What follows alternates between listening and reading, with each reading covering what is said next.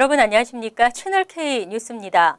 지난 2일 샌버나디노 장애인 시설에서 벌어진 총기 난사 사건이 자생적 테러로 잠정 결론이 내려졌습니다.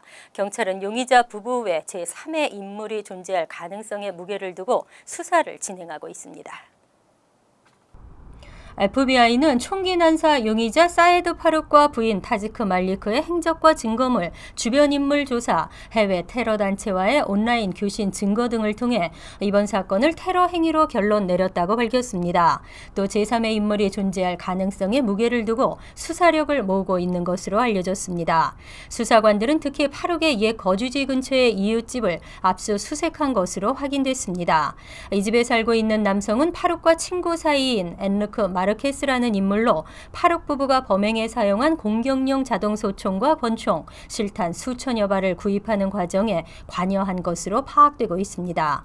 아울러 파룩 부부가 샌버나디노시 외곽에 2층짜리 자택을 마련하고 자동소총 2종과 권총 2종, 실탄 수천여 발을 구입한 경위도 조사하고 있습니다. 실제로 일부 언론들은 샌버나디노 카운티에서 환경보전 전문가로 근무한 파룩의 연봉은 $49,000라며 파룩의 자택과 총기 구입에 의문을 제기했습니다. 어제 오바마 대통령의 대국민 담화가 있었습니다. 오바마 대통령은 테러 위협은 현실이지만 현명한 방법으로 국민의 안전을 위해 최선을 다할 것이라고 밝혔습니다. 오바마 대통령은 6일 백악관 집무실에서 대국민 담화를 발표하고 IS 격퇴에 최선을 다하겠다고 강조했습니다. 대통령은 캘리포니아 샌버나디노 총기 난사 사건의 범인들 집에서 발견된 대량의 총기와 폭탄을 보면 선량한 국민들을 살해하려는 분명한 테러 행위라고 규정했습니다. 또 테러 위협은 현실이라고 강조하면서 IS를 비롯해 국민을 위협하는 어떠한 조직도 격퇴할 것이라고 다짐했습니다. 특히 테러와의 전쟁을 현명하게 치를 것이라고 강조하고 이라크와 시리아에 대규모 지상군을 투입할 계획은 없다고 강조했습니다. 그는 수많은 지상군을 투입하고 오랜 세월 전쟁을 치르는 것은 오히려 IS가 원하는 방식이라며 그렇게 하지 않을 것이라고 당부했습니다. 대신 동맹국들과의 연합 공습과 특수부대를 활용한 해당국가 군대 지원 형태로 IS와의 전쟁을 진행하겠다는 방침을 분명히 밝혔습니다. 또 IS의 자금 경로를 파괴시켜 조직력을 무기력하게 만들겠다고 덧붙이고 이들에 대한 정치권의 협조와 국민의 신뢰를 당부했습니다. 뉴욕 총영사관이 박근혜 정부 비판 기사를 보도한 더 네이션지에 수차례 항의를 한 것으로 전해졌습니다. 더 네이션지는 진보 성향의 평론지인데요. 직접 기사를 썼던 기자는 기사의 오류나 사실관계 확인보다는 겁을 주려는 시도라고 주장했습니다. 지난 2일 더 네이션지의 팀 쇼락 기자는 독재자의 딸이 노동자를 탄압하다라는 기사를 통해 박근혜 정부에 대한 비판을 실은 바 있습니다. 이후 팀 쇼락 기자는 지난 4일 페이스북에 글을 올리고 뉴욕 총영사관 측이 자세히 편집장에게 전화와 이메일을 보내는 등 여러 차례 항의해 왔다고 밝혔습니다. 하지만 기사 내용과 사실 관계에 오류가 있다는 지적은 없었다면서 그저 막연하게 한국이 지난 40년간 굉장한 발전을 이뤘다는 말만 늘어났다고 덧붙였습니다. 쇼락 기자는 지난 2일자 기사에서 박근혜 대통령이 독재자였던 아버지의 발자국을 따라가면서 새누리당의 권위적인 정책에 반대하는 노동자와 시민들을 탄압하고 있다고 보도한 바 있습니다. 쇼락 기자는 이번 뉴욕 총영사관의 항의가 언론사를 겁주려는 조잡한 시도였던 것 같다고 지적했습니다. 한편 이에 대해 뉴욕 총영사관 관계자는 해외에서 한국 정부 관련 기사가 나면 이에 대한 우리 정부의 입장을 전달하기 위해 언론사와 접촉하는 통상적인 절차였을 뿐이라고 반박했습니다. 뉴저지주 팰리세이드 파크는 전체 주민 인구의 절반 이상이 한인들입니다. 타운 측은 한인들의 목소리를 의식하지 않을 수 없는데요. 타운의 한인들이 마이 타운 팰팍이라는 단체를 만들고 타운 시장과 행정관이 한인 커뮤니티 길들이기를 하고 있다는 주장이 제기돼 논란이 되고 있습니다. 금홍기 기자가 보도합니다. 팰리세이드 파크 제임스 로턴도 시장과 데이빗 로렌조 행정관이 한인 커뮤니티 길들이기를 하고 있다는 주장이 팰팍 한인사회 일각에서 제기되고 있습니다. 일부 한인 주민들은 가칭 마이타운 팰팍 MTPP를 구성하고 팰팍 시장과 행정관이 한인 사회를 상대로 권력 행사를 하고 있다고 성명서를 발표했습니다. MTPP는 타운 정부에서 최근 킹스파의 24시간 영업에 제동을 건 문제를 한인 사회 길들이기의 대표적인 사례로 꼽았습니다. MTPP는 기존의 리더십 마이클 폴라타 펠팍 민주당 위원장을 밀어내는 파워게임을 벌이는 시장과 행정관이 한인들에게 양쪽 눈치를 보지 말고 자신들에게 줄을 서라는 무언의 협박을 했다고 주장하고 있습니다. 특히 로렌조 행정관에 대해 스스로 실력자임을 한인 사회에 과시하고 있다면서 직설적으로 비판을 하고 나섰습니다. MTPP는 조직 출범을 위한 발기인 구성을 하고 있으며 펠팍 현 시장과 행정관의 직권 남용 사례 등을 모으기 위한 이메일 계정을 운영하고 있습니다. 한편 이 같은 MTPP의 주장에 대해 로톤도 시장과 로렌조 행정관은 터무니없는 주장이라고 일축했습니다. 로톤도 시장은 나에게 있어 한인 커뮤니티는 늘 든든한 동반자라며 어떤 권력 과시나 길들이기도 없다고 강조했습니다. 채널K 뉴스 금홍기입니다. 뉴욕시 체인 음식점들에 부과한 소금 경고 의무화 조치가 결국 소송에 휘말렸습니다. 규정 자체가 자의적이고 식당에 부당한 부담을 지운다는 주장입니다. 전미 레스토랑 협회는 소금 경고 의무화 조치가 식당에 부당한 부담을 지우고 시의회의 입법 권한을 침해했다며 3일 뉴욕시 위생국을 상대로 소송을 제기했습니다. 뉴욕시 위생국은 시 전역 15개 이상의 최인점을 갖춘 음식점을 대상으로 이달 1일부터 2300mg 이상의 나트륨이 함유된 메뉴에는 경고 그림을 부착하도록 의무화한 바 있습니다. 나트륨 2300mg은 영양학자들이 권고하는 하루 섭취 량의 상한선으로 소금 1티스푼에 해당합니다. 전미 레스토랑 협회는 마이클 블룸버그 전 뉴욕시장이 도입하려다 실패한 소다 음료 크기 제한을 예로 들며 소다 음료 규제처럼 이 규칙은 범위와 적용이 완전히 자의적이라고 주장했습니다. 한편 뉴욕시는 이에 대해 위생국은 이번 규칙을 제정할 권한이 있다고 반박하면서 대응 방침을 검토하고 있다고 밝혔습니다. 뉴욕시 서민 아파트 리스트가 웹사이트에 게재됩니다. 신청도 웹사이트를 통해 할 수 있고 웨이팅 리스트나 지원자 현황도 한눈에 볼 수 있게 됩니다. 벤 켈러스 의원이 뉴욕시 서민 아파트 리스트를 웹사이트로 볼 수 있는 방안을 추진하고 있습니다. 켈러스 의원은 정부 보조를 받고 있는 서민 아파트 건물주가 반드시 해당 건물을 시 주택보존개발국을 통해 등록하도록 하는 조례안을 상정할 계획입니다. 위반할 경우에는 아파트 한 가구당 한 달에 최대 $2,000의 벌금을 부과하는 내용도 담고 있습니다. 현재 뉴욕주는 정부 보조를 받는 서민 아파트를 등록하도록 하고 있지만 제대로 지켜지지도 않고 처벌 규정도 없는 실정입니다. 이에 주택보존개발국은 기존 서민 아파트까지 옵션을 추가한 새로운 포털 웹사이트를 개설하고 입주를 원하는 시민들이 온라인으로 신청을 할 수 있도록 하겠다는 계획입니다. 웹사이트에서는 웨이팅 리스트와 지원자 현황도 제공할 방침입니다. 한편 현재 신규 서민 아파트 입주는 NYC 하우징 커넥트 웹사이트를 통해 신청할 수 있습니다.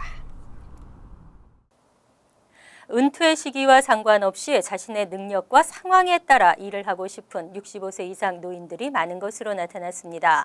하지만 일을 하고 싶어도 일자리를 구하지 못하는 노인들이 많은 것으로 조사됐습니다.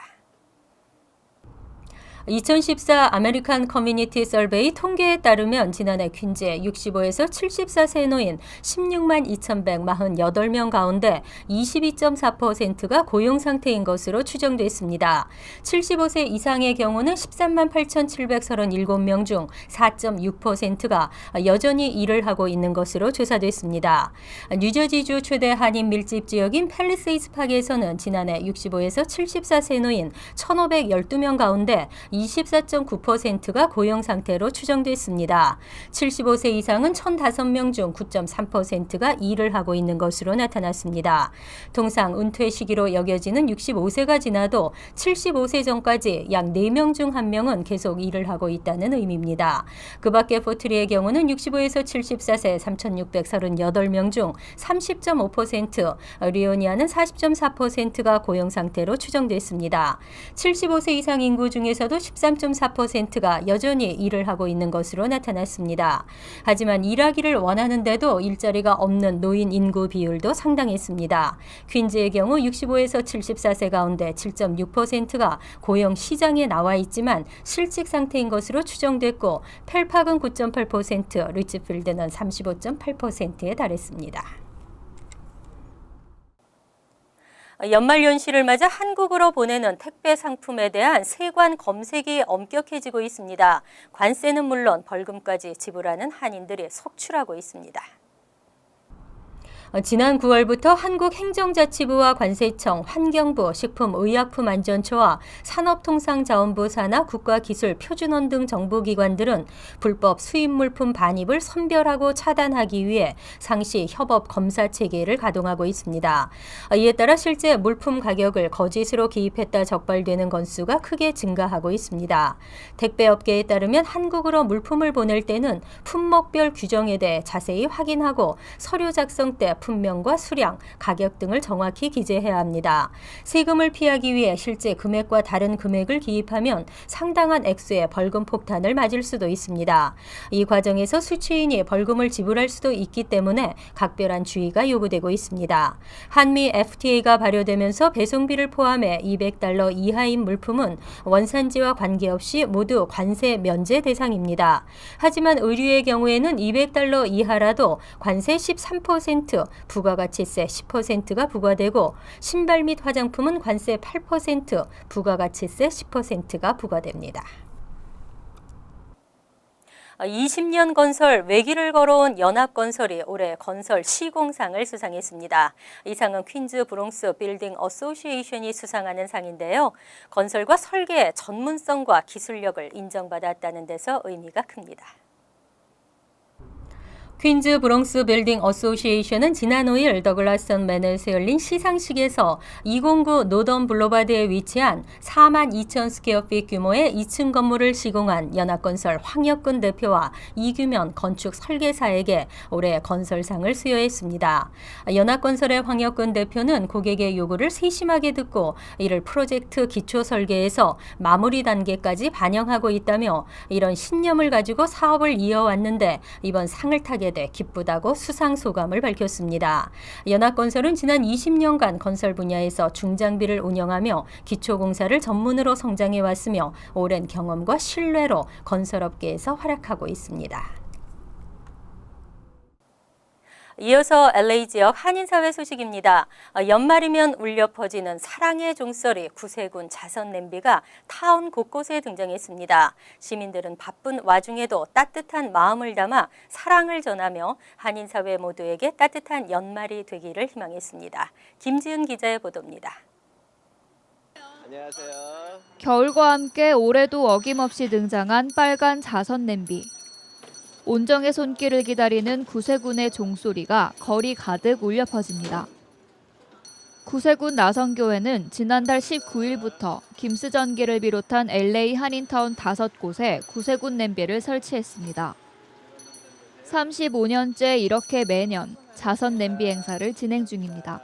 한인분들은 그 도네이션 하는 것에 대해서 굉장히 좀 쑥스러워하시는 것 같아요. 외국분들은 동전 하나를 넣더라도 이렇게 아주 즐겁게 하시는데 한 분들은 그 도네이션 하시면서도 많이 못 넣어서 미안하다고 오히려 이렇게 죄송스러워하고 그러고는 지나치시기 때문에 좀 우리가 그 기부 문화에 대해서 많고 적으면 상관없이 좀 많이 동참하시면 가득 찰수록 따뜻해지는 구세군 냄비. 바쁜 일상 속의 시민들은 잠시 머뭇거리는가 싶더니 발걸음을 멈춰 사랑을 전합니다.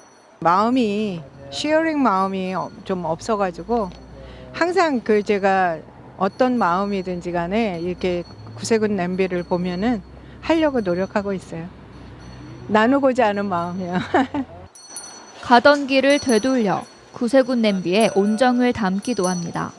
이번에 계속 왔다 갔다 하면서 그 종소리가 좀 이렇게 다른 사람 도와주려고 하는 그런 소리 같아가지고 하게 됐습니다. 지난해 자선 냄비를 통해 모인 기부금은 총 37,000달러. 모여진 기부금은 저소득층의 렌트비나 유틸리티 등의 생활비로 쓰이거나 홈리스들의 지원금으로 쓰이게 됩니다.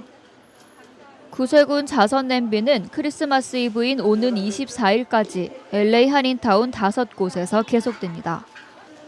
한편 구세군 나선교회는 오는 21일 모여진 기부금으로 저소득층 아이들에게 선물을 나눠주는 연말 행사를 개최한다고 밝혔습니다. 작은 나눔의 온정이 퍼져 더 큰 기쁨과 보람으로 돌아오는 기부. 소외된 계층이 따뜻한 연말을 보낼 수 있도록 사랑의 종소리가 더 크게 울려 퍼지길 기대해봅니다. TVK 뉴스 김지은입니다. 월드리포트입니다. 돼지를 애완동물로 키우는 사람들이 늘고 있습니다. 애교를 부리는 모습이 애완견 못지않은데요. 게다가 머리도 좋아서 말도 잘 듣는다는데요. 목줄을 맨 채 주인과 나란히 산책에 나서는 반려동물.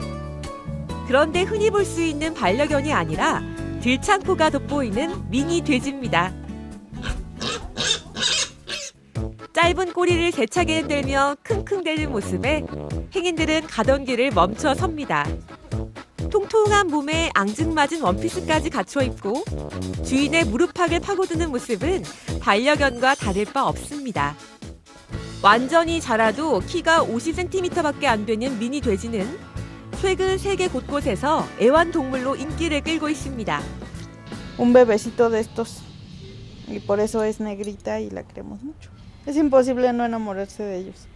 멕시코에선 불과 몇 년 만에 애완용 미니 돼지가 수천 마리로 급증했고 러시아에서는 올해 최초로 미니 돼지 축제가 열리기도 했습니다.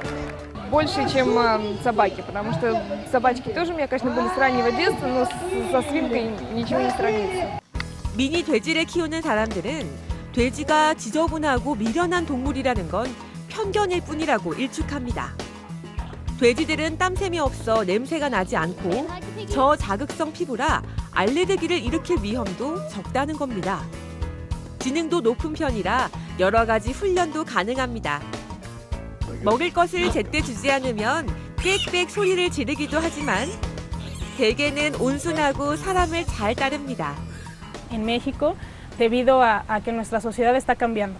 Cada vez más tenemos horarios laborales más largos, el transcurso de nuestro trabajo a las casas se está alargando. 치솟는 인기만큼 미니 돼지의 몸값도 갈수록 뛰고 있습니다.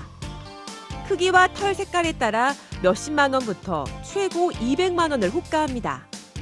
하지만 아직까지 애완용 돼지가 낯선 사람들이 많아 종종 오해를 사기도 합니다. Que si me lo voy a comer, que si es mascota, que para cuando las carnitas. Una cultura de que se tengan los cerditos como mascotas.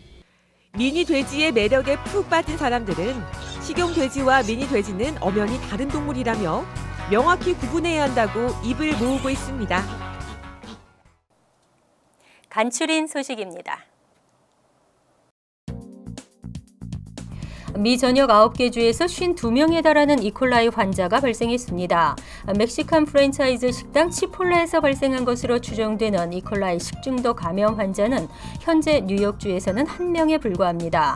하지만 워싱턴 27명, 오리건주에서 13명이 감염 증상을 보이고 있으며 캘리포니아에서 3명, 오하이오에서 3명, 미네소타 2명, 일리노이, 메릴랜드, 펜실베니아에서 각각 1명의 감염자가 보고됐습니다. 3주가 지난 뉴욕 일원 재외선거인 유권자 등록률이 1%에 미치지 못하고 있습니다. 지난 3일 오후 5시 현재 유권자 등록을 마친 한인들은 총 726명으로 집계됐습니다. 인터넷을 통한 등록이 548명으로 가장 많았으며 공관 방문 101명, 순회 등록 77명 등의 순으로 나타났습니다. 이는 외교통상부가 추산한 예상 유권자 11만 5천여 명의 0.66%에 불과합니다. 군복무를 마치지 않은 1991년생 영주권자와 선천적 복수 국적자 등은 국외 여행 시 국외 여행 허가 신고를 해야 합니다.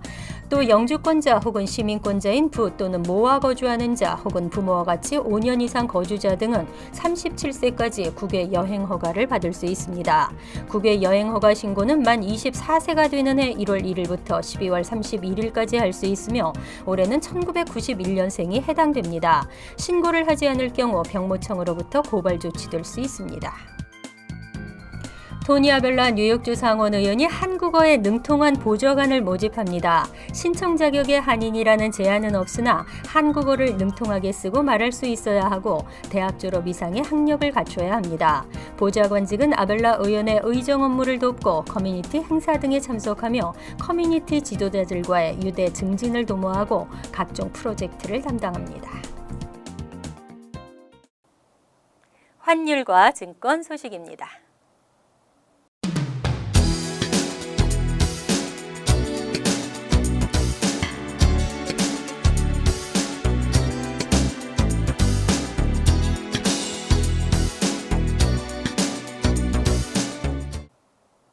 이어서 날씨입니다.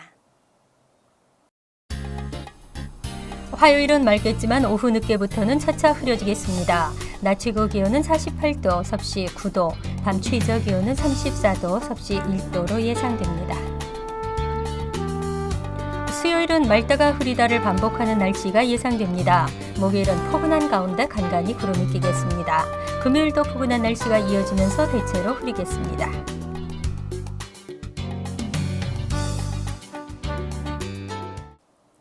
항상 여러분과 함께하는 채널 K 뉴스 여기서 마칩니다. 편안한 하루 되시기 바랍니다.